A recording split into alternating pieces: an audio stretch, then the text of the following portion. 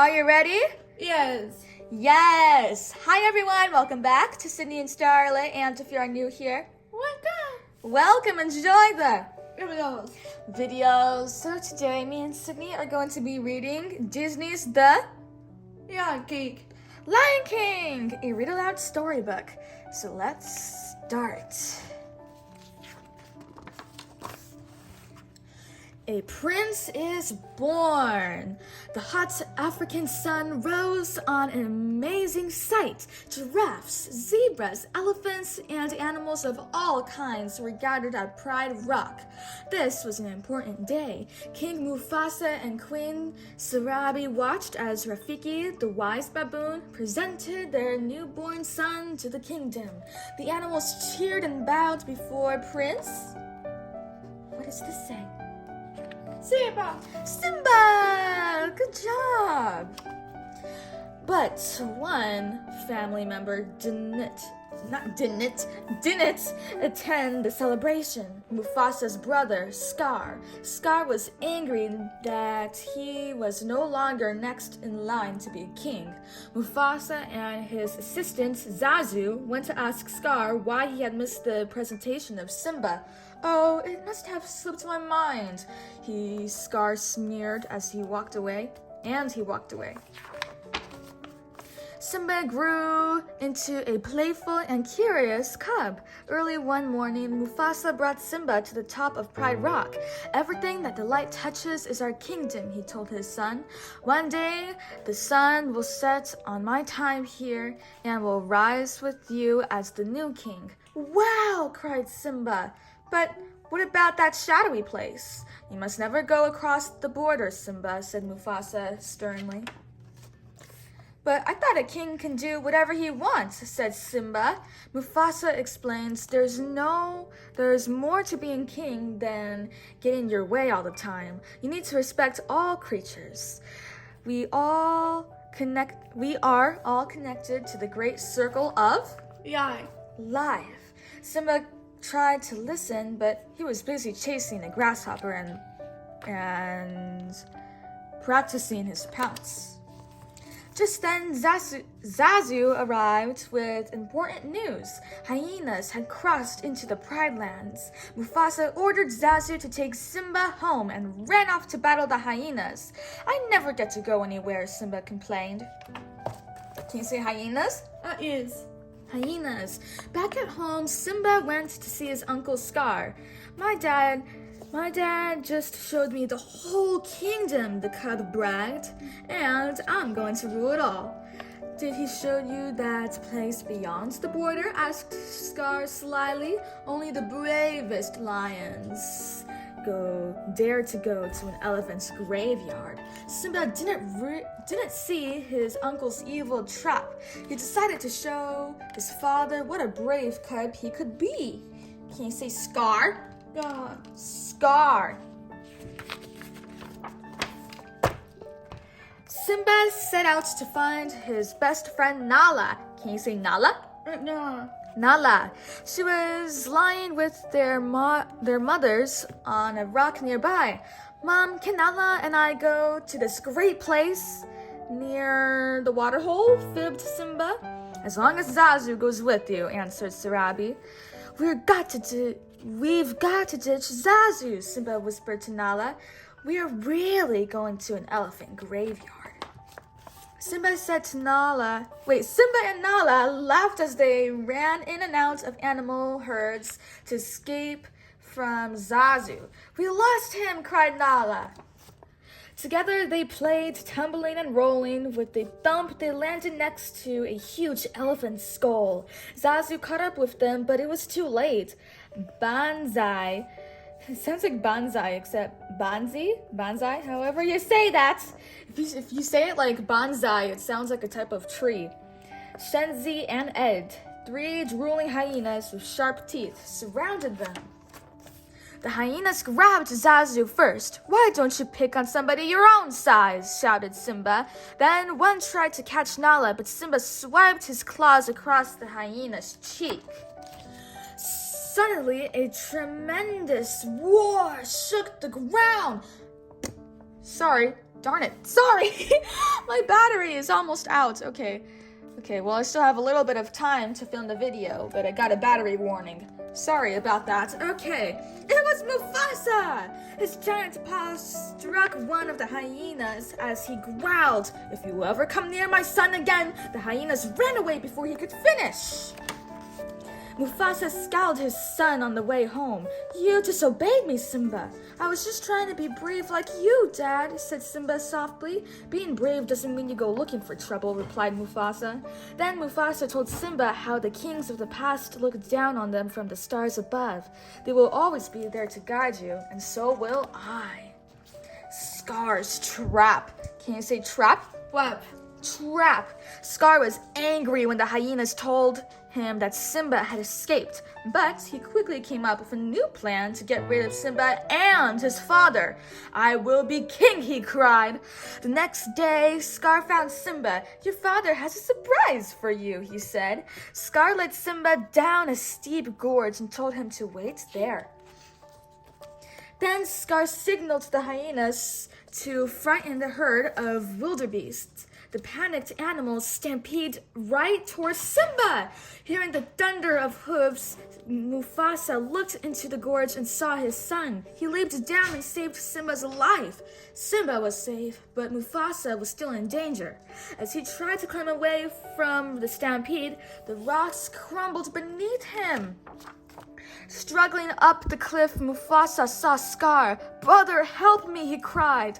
Scar dug his sharp claws into Mufasa's paws and whispered, Long live the king. And he let Mufasa go, and he disappeared beneath the herd below. What a cruel move Scar did. Simba had seen only that his father had fallen. When the stampede was gone, Simba ran to Mufasa. He tried to wake him, but the Lion King was dead. Help! Simba cried. Scar came to Simba's side. If it weren't for you, he said, your father would still be alive. Run away and never return. Heartbroken, poor Simba ran away as fast as he could. Scar sent the hyenas out to kill Simba, but the cub escaped them once more. Scar was certain that Simba was dead. He went back to Pride Rock and told everyone the news. It is with a heavy heart, he lied, that I become your new king. Everyone in the Pride Lands mourned for their beloved king and Simba. Meanwhile, Simba was far away from the Pride Lands. The ground turned dry and cracked beneath him. The hot sun heated down as vultures circled above his head. Exhausted and unable to go any further, Simba slumped to the ground. After a long while, Simba awoke. Everything around him looked different. There were trees and grass and flowers instead of desert. A meerkat named Timon and a warthog named Pumbaa had brought him to their home. You nearly died, said Pumbaa. We saved you, cried Timon. Thanking them, Simba stood up and started to leave. Pumbaa asked Simba where he was from, but Simba didn't want to answer. I did something terrible, but I don't want to talk about it.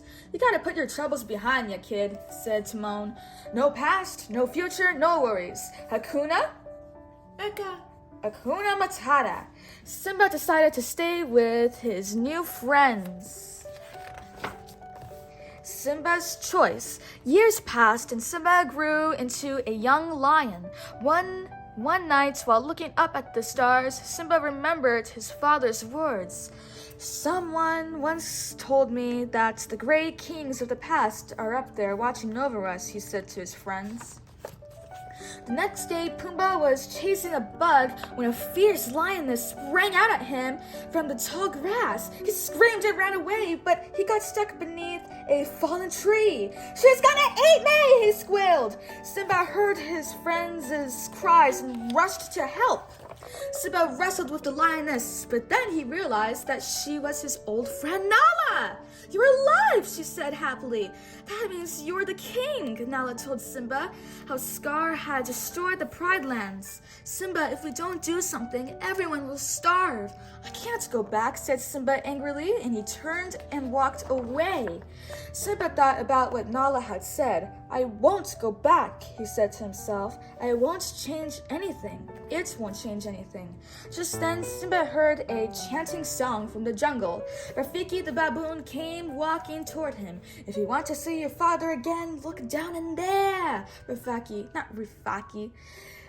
Rafiki said, pointing into the pool of water next to him. Simba saw the face of his father staring back at him. You see, said Rafiki, he lives in you. Now Simba looked up and saw his father's face in the stars and heard a voice. Look inside yourself, Simba. Remember who you are. You are my son and the one true king. The next morning, Rafiki found Nala, Timon, and Pumbaa. He told them that Simba had returned to Pride Lands. He's gone back to challenge his uncle, cheered Nala. When Simba reached the Pride Lands, he was saddened by what he saw. His homeland that was once green and beautiful had turned barren under Scar's rule. Bravely, Simba continued on his journey. When Simba arrived at Pride Rock, he let out a roar that shook the earth. Scar was surprised and frightened. He thought the hyenas had killed Simba long ago. This is my kingdom, shouted Simba. Step down, Scar. Scar ordered his hyenas to attack. They surrounded Simba and drove him to the edge of a cliff. Simba grabbed onto the rocks with his claws as Scar stood above him. That's just the way your father looked before I killed him, snarled Scar.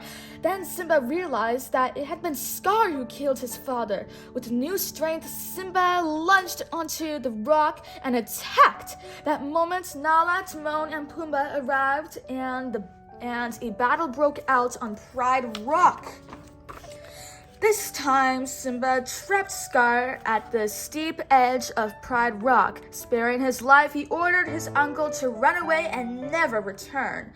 Scar pretended to leave, but then turned around and lunged at Simba. Simba swiped his great claw, and Scar fell into his death in the gorge below.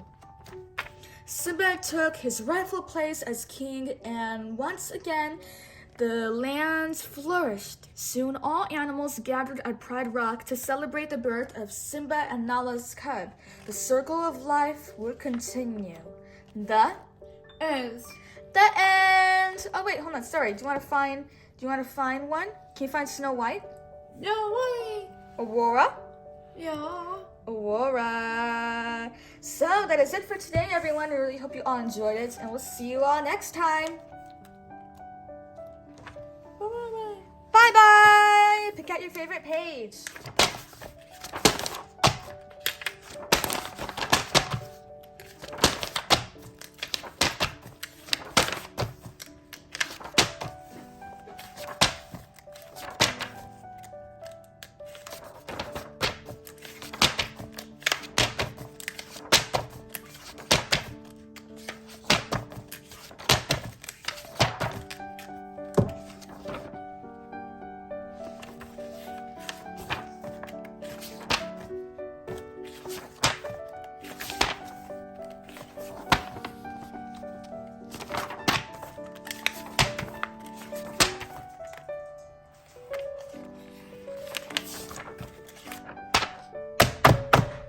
Fantastic page choice.